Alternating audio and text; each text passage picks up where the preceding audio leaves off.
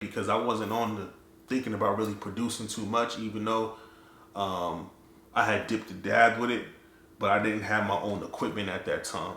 So I saw his setup. You know, I walked inside. He had a loft apartment in Jersey City, and I remember walking inside. Like to the right, he had like his studio setup, and he had the keyboards in there, the beat machines, and then you hooked around. After you walked to the living room, he had the steps that went upstairs to the loft. But it was just a fly little pad that he had. I think he had the Range Rover. You know, he drove us in his Range Rover. We went out to his manager's spot and played Monopoly with some other people who was in the music industry. And it was like I had a flash to see what my life was gonna be like ahead of time, because I had different experiences that were similar to that I had when I was 14 years old. So,